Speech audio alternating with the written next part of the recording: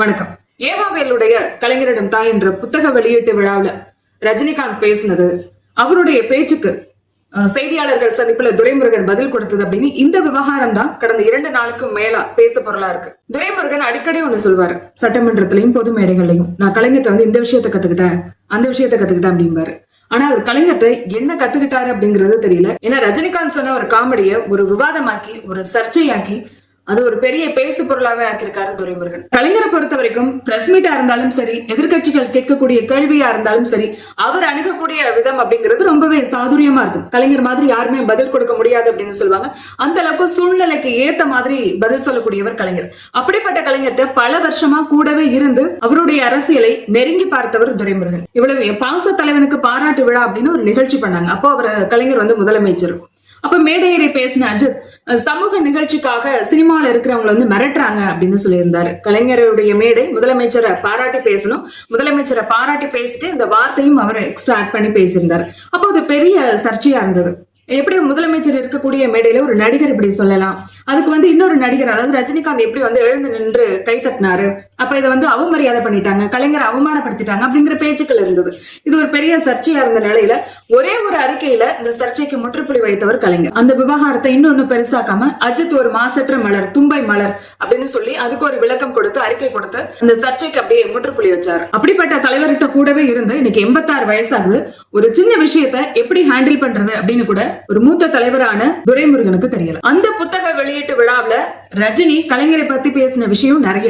ராஜ்நாத் சிங் எந்த அளவுக்கு பாராட்டி இருந்தாரோ அதுக்கு நிகராவே ரஜினிகாந்த் கலைஞரை பத்தி பாராட்டி இருந்தார். சமூகத்துக்காக தன்னோட ஒட்டுமொத்த வாழ்க்கையும் ஒப்படைத்தவர் கலைஞர். கலைஞர் அனுபவித்த துன்பத்தை வேறு ஒருத்தவங்க அனுபவிச்சிருந்தாங்க அப்படின்னா அவங்க எப்போதோ காணாம போயிருப்பாங்க. ஆனா கலைஞரால மட்டும்தான் இன்னைக்கு வரைக்கும் பிரகாசிக்க முடியுது அப்படின்னு ராஜ்நாத் சிங் அளவுக்கு ரஜினிகாந்தும் கலைஞரை புகழ்ந்து பேசியிருந்தார். ரஜினிகாந்த் கலைஞரை பாராட்டின இந்த விஷயம் தான் ஊடகங்கள்ல பேசு பொருளா இருந்திருக்கணும், இதுதான் விவாதமாவும் இருந்திருக்கணும். ஆனா இந்த விஷயம் பின்னால் தள்ளப்பட்ட அதுக்கு நேர்மாறா ரஜினி சொன்ன கருத்து, அதுக்கு துரைமுருகனோட ரியாக்ஷன் அப்படின்னு இதுதான் விவாதமாயிருக்கு. ரஜினியோட நகைச்சுவைக்கு, ரஜினியோட அந்த கருத்துக்கு நம்ம இப்படி ரியாக்ட் பண்ணா, பிரஸ் மீட்ல ரியாக்ட் பண்ணா இப்படி சர்ச்சையாகும் அப்படிங்கறத நல்லா தெரிஞ்சு துரைமுருகன் இப்படி பேசியிருக்காரு. இது ரஜினி மீதான கோபமா அல்லது நான் உஷாரா தான் இருப்பேன் அப்படின்னு ஸ்டாலின் சொன்னதுனால அவர் மேல உள்ள கோபத்தை ரஜினி மேல காட்டிட்டாரா அப்படிங்கறது தெரியல. எங்களோட நகைச்சுவைய பகைச்சுவையா யாரும் எடுத்துக்க வேண்டாம் அப்படின்னு சொல்றாரு. திமுக மூத்த தலைவர்களை ஸ்டாலின் எப்படி சமாளிக்கிறாரு, சமாளிக்க போறாரு, ஏன் துரைமுருகன், TR பாலு இது போன்ற சீனியர்களுக்கு எல்லாம் என்ன சீட் கொடுக்குறாங்க, கட்சி பதவியோட நிறுத்திக்கலாமே அப்படிங்கறதெல்லாம்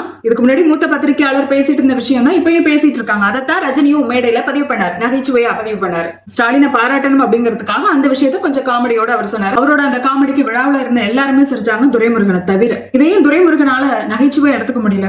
ஒருவேளை குத்தம் உள்ள நெஞ்சுதான் குறுகுறுக்கும்பாங்களே அந்த மாதிரியா. 86 வயசாயும் கிட்டத்தட்ட 84 வயசுல அவர் மறுபடியும் போட்டிட்டாரு. அது தேவையே கிடையாது. சோ அந்த உள்ளுணர்வு அவருக்கு சொன்னதுனால இதை ஒரு நகைச்சுவை எடுத்துக்க முடியலையோ, ரஜினியோட காமெடியை நகைச்சுவை எடுத்துக்க முடியலையா அப்படிங்கிறது தெரியல. ரஜினி மீதான மொத்த வன்மத்தையும் அந்த செய்தியாளர் சந்திப்புல அவர் கொட்டிட்டாரு. கிட்டத்தட்ட ரஜினி மீது ஒரு தனிப்பட்ட தாக்குதலே துரைமுருகன் தொடுத்தாரு அப்படின்னு தான் சொல்லலாம். மூத்த நடிகர்களுக்கு வயசாகி பல்லு விழுந்து தாடி வளர்த்து சாக போற நிலைமையிலையும் நடிக்கிறதுனால இளைஞர்களுக்கு வாய்ப்பு இல்லாம இருக்காங்க அப்படின்னு சொல்றாரு. அப்படி சொல்றவரு அவரையே செய்யக்கூடாது. ரஜினியை விட 13 வயசு மூத்தவர், இன்னும் அதுக்காக அமைச்சரா இருக்காரு. இளைஞர்களுக்கு வழிவிட வேண்டியதானே, எனக்கு கட்சி பதவியே போதும் அப்படின்னு சொல்ல வேண்டியதானே. ஏறக்குறைய 90 வயசுல ஒருத்தர் அமைச்சரா இருக்கிறதும் 70-73 வயசுல ஒருத்தர் நடிக்கிறதும் ஒண்ணா, அரசியலும் நடிப்பும் ஒண்ணா. அப்படியே நம்ம ஒப்பிட்டா கூட ஜெயிலர் பட ஆடியோ லான்ச்ல கலாநிதி மாறன் ஒரு விஷயத்த பதிவு பண்ணாரு. ரஜினிக்கு 72 வயசாகுது, இன்னும் தயாரிப்பாளர்கள் வரிசையில நிக்கிறாங்க அப்படின்னாரு. அந்த அளவு அவருடைய படங்கள் பிசினஸ் ஆகுது. ரஜினி படங்கள் வெளியாகும் போது தங்களோட படங்களை வெளியிடுறதுக்கு இளம் நடிகர்கள் இன்னுமே தயக்கம் காட்டுறாங்க. அந்த அளவுக்கு ரஜினி படங்களுக்கு வரவேற்பு இருக்கு. துரைமுருகனை பொறுத்த வரைக்கும் 86 வயசுலயும் அவரோட தொகுதியில அவர் நின்னாதான் திமுகவால ஜெயிக்க முடியும் அப்படிங்கறதுல, திமுக சார்பா வேற ஒருத்தர் நின்னாலும் திமுகவால ஜெயிக்க முடியும், ஜெயிச்சவருக்கு அமைச்சர் பதவி கொடுக்க முடியும். அப்ப 13 வயசு இளமையான ஒருத்தரை பல்லு விழுந்தவர், வயசானவர் அப்படின்னு சொல்றீங்கன்னா அப்ப நீங்க யாரு? இந்த நிலையில அதிமுக அவருக்கு ஆதரவா பேசுது. குறிப்பா KP முனுசாமி துரைமுருகனுக்கு ஆதரவா பேசுறாரு. துரைமுருகனை வந்து அவமானப்படுத்திட்டாங்க, ஸ்டாலின் தன்னால பேச முடியாததை ரஜினிகாந்த் மூலமா ரஜினிகாந்தை வைத்து பேசிட்டாரு அப்படின்னு சொல்றாரு. இத பார்க்கும்போது தான் சொல்ல முடியாத விஷயத்த, தன்னால வெளிப்படுத்த முடியாத விஷயத்த சமூக ரீதியான தன்னோட நண்பர்கள் மூலமா துரைமுருகன் பேச வைக்கிறாரோ அப்படிங்கிற சந்தேகமும் வருது. ரஜினி துரைமுருகன் விவகாரம் சர்ச்சையான நிலையில அடுத்ததான் செய்தியாளர்களை சந்திக்கக்கூடிய துரைமுருகன் எங்களோட நகைச்சுவையை யாரும் பகைச்சுவையா எடுத்துக்க வேண்டாம் அப்படின்னு சொல்றாரு. ஆனா அந்த ஒரு வரியையும் பார்த்து படிச்சுட்டு போறாரு. அடுத்ததான் கேட்கக்கூடிய கேள்விக்கு எந்த பதிலும் சொல்லாம அவர் போறாரு. அதாவது பார்க்கக்கூடிய ஆடியன்ஸ், பார்க்கக்கூடிய மக்கள் இப்படி புரிஞ்சுக்கட்டும், மேலிடத்திலிருந்து உத்தரவு வந்திருக்கிறதுனாலதான் நான் அப்படி சொல்லிட்டு போறேன் அப்படிங்கறத மக்கள் புரிஞ்சுக்கட்டும் அப்படிங்கறதுக்காகவே தான் சொன்ன அந்த ஒரு வரியையும் அவர் பார்த்து படிச்சுட்டு போறாரு. துரைமுருகன் இப்ப மட்டும் இல்ல, வாய்ப்பு வரும்போதெல்லாம் சர்ச்சை கருத்து தெரிவிக்கிறத ஒரு வாடிக்கையாவே வச்சிருக்காரு. கட்சி மாறி வர்றவங்களை வேற விதமா விமர்சனம் செய்யறது, கூட்டணி கட்சிகளை விமர்சனம் பண்றது, இப்படி அவருடைய சர்ச்சை பேச்சுக்கள் அப்படிங்கிறது ஏராளம். மூத்த தலைவர் அப்படிங்கிற முறையில கட்சியில எந்தவித பிரச்சனையும் பஞ்சாயத்தும் இல்லாம தீர்க்கக்கூடிய ஒருத்தர் இவரே தினம் தினம் பஞ்சாயத்து உருவாக்கி பரப்புலர். பாஜக மேல பல விமர்சனங்கள் இருந்தாலும் அந்த கட்சியில இருக்கக்கூடிய ஒரு நல்ல விஷயம் என்னன்னா, 75 வயசுக்கு மேல இருக்கிறவங்களுக்கு கட்சியிலையும் ஆட்சியிலையும் பதவி கிடையாது அப்படிங்கறதா.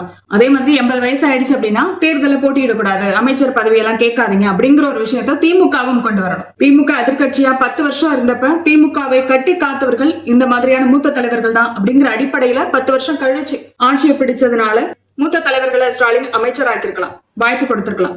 ஆனா இது தொடர்வது திமுகவுக்கு நல்லதே கிடையாது. உதயநிதிக்கு நல்லதில்ல. என்னுடைய தலைவனின் மகனை என்னுடைய தொழில் சுமப்பதில் எனக்கு என்ன வெட்கம் அப்படின்னு கேட்ட துரைமுருகன், உண்மையிலேயே அப்படி ஒரு அக்கறை இவருக்கு திமுக மீது இருந்தா, ஸ்டாலின் மீது இருந்தா, கலைஞர் மேல அப்படி ஒரு விசுவாசம் இவருக்கு இருந்தது அப்படின்னா, நான் தேர்தல்ல போட்டியிடல, எனக்கு எந்த பதவியும் வேண்டாம், கட்சியை நான் மூத்த தலைவர் அப்படிங்கிற முறையில வழி நடத்துறேன் அப்படின்னு சொல்லி ஒதுங்கி இருக்கலாம். இவருடைய மகன் கதிரானந்த் வந்துட்டாரு. திமுக அடுத்த தலைமுறை தலையெடுக்க ஆரம்பிச்சதுக்கு அப்புறம் இது போன்ற தலைவர்கள் ஒதுங்கிருக்க வேண்டியதானே. அவர் TR பாலு, KKSSR, ஐ பெரியசாமி, இப்படி ரஜினி சொல்ற மாதிரி திமுகவுல சில ஓல்டு ஸ்டூடெண்ட்ஸ் இருக்காங்க. இவங்க எல்லாருக்கும் அடுத்தடுத்த தேர்தலையும் தொடர்ந்து வாய்ப்பு கொடுக்கறத தவிர்த்துட்டு இளைஞர்களுக்கு, புதியவர்களுக்கு, கட்சிக்காக உழைச்சி எந்தவித பதவியும் இதுவரைக்கும் பெறாம இருக்கிறவங்களுக்கு எந்த அளவுக்கு இவங்க வாய்ப்பு கொடுக்கறாங்களோ அந்த அளவு திமுகவுக்கு நல்லது, உதயநிதியோட அரசியல் எதிர்காலத்துக்கு நல்லது.